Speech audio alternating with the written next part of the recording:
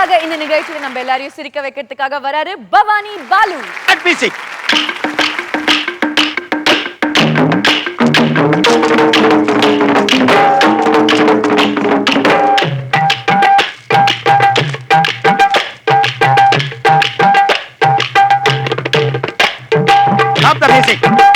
பவானி பாலு, சொல்லுங்க என்ன பண்ண போறீங்க இன்னைக்கு? மேடம், நான் என்னென்னமோ பண்ணலாம் நினைச்சிட்டு வந்தேன். ஆனா உங்களை பார்த்தோன்னே கான்செப்டே மாறிடுச்சு. என்ன கான்செப்ட் பண்ண போறீங்க கடைசில? அதாவது உங்களை பார்த்த ஒரு ஸ்கூல் பொண்ணு மாதிரியே இருக்கு.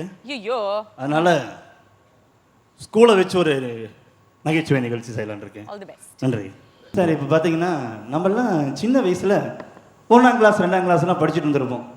அப்படி படிக்கும்போது பார்த்தீங்கன்னா கிளாஸ் ரூமுக்குள்ளே போய் உட்காந்தோன்னு தான் அர்ஜென்ட்டாக மூச்சா வந்துடும். டீச்சர் மூச்சா காலங்கத்தார அப்படின்னு டீச்சர் ரொம்ப அன்பாக சொல்லுவாங்க. என்னுடைய கற்பனைக்கு நம்ம தமிழ் சினிமா நடிகர்கள்லாம் ஒரு கிளாஸில் உட்காந்து படிச்சுட்டு இருக்காங்க. அவங்களுடைய தமிழ் டீச்சராக காலஞ்சென்றாலும் நம்முடைய இதயத்தை எல்லாம் வருடி சென்ற திரு சிலுக் சுமிதா அவர்கள் தமிழ் டீச்சராக உட்காந்துருக்காங்க. அப்போது அங்கே எப்படி ஒரு சம்பவம் நடந்திருக்குன்னு பாருங்கள். முதலாவதாக பள்ளியினுடைய மூத்த மாணவன் Chevalier doctor Sivaji Ganesan sir எந்திரிச்சு அவர் ஸ்டைலில் கேட்குறாரு,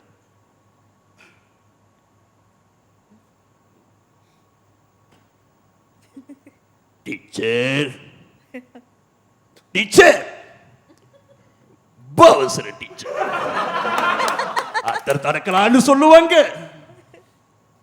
அடக்க முடியாது டீச்சர். டீச்சர் உங்களுக்கு ஞாபகம் இருக்கா? உங்களுக்கு 5 வயசு, நானும் நீங்களும் ஒரே கிளாஸ்ல ஒன்னா படிச்சுக்கிட்டு இருந்தோம். அப்ப நீங்க என் கைய பிடிச்சுக்கிட்டு கைவீசப்பா கைவீசு கக்கூஸ் போலா கைவீசுன்னு ஒரு பாட்டு பாடுவீங்களே. அவருக்கு பின்னாடி பிடிச்சிருந்து இயக்குனர் திரு பாரதி ராஜா அவர்கள் அவர் எப்படி கேட்கிறாருன்னு பாருங்க.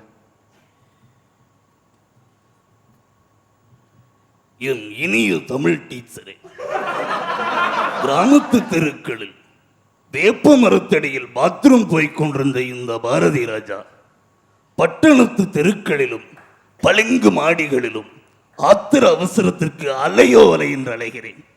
டீச்சர், எல்லோரும் உங்களை கேட்டுவிட்டு பாத்ரூம் செல்கையில் என்னோடும் என் மண்ணோடும் விளையாடி கொண்டிருந்த இசைத்தோழன் இளையராஜா டெஸ்கு கடியவே இருந்து விட்டார்.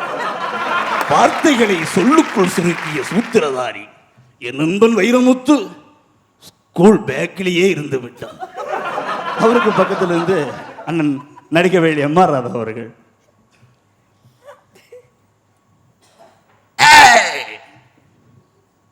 என்னடி முறைகிற? எல்லாரும் சொல்லியிருப்பாங்க நான் ஒரு டைப்.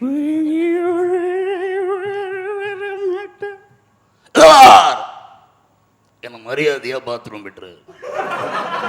ஏற்கனவே எல்கேஜி அமெரிக்காவில் படித்தேன். அமெரிக்காவில் ஒவ்வொரு கிளாஸ்லையும் தனித்தனி அட்டாச் பாத்ரூம் இருக்கும். ஆனால் இந்தியாவில் 5000 பேருக்கு ஒரு கக்கூஸ். அதையும் 2 மாதத்துக்கு ஒரு கதாங்கள ஒரு பிளாட்டி ஃபெலோஸ். அதுக்கு பின்னாடி சுருளி சார், ஐயோ டீச்சர், ஆபத்துக்கு பாவம் இல்லை, நான் விசிக்கணும் ஓடியாந்துடுறேன். நான் கஞ்சத்தின் தலைவன், ரொம்ப நேரம் அதிகமாக இருக்க மாட்டேன், தண்ணி தீந்துடும், அதனால போனோன்னு சும்மா இத்தனூர்ல மேட்டர் முடிச்சுட்டு உடனே வந்துடுறேன். உடமாட்டியா அடி போடி சின்ன பையன் கொண்டாட்டி. நன்றி. இல்லை, வழக்கம் போல பேரடி டைப் ரொம்ப நல்லா இருந்தது. சரி, எம்.ஆர். ராதா வாய்ஸ் ரொம்ப நல்லா இருந்தது. சரி சார், ரொம்ப இன்ட்ரெஸ்டிங்காக இருந்தது.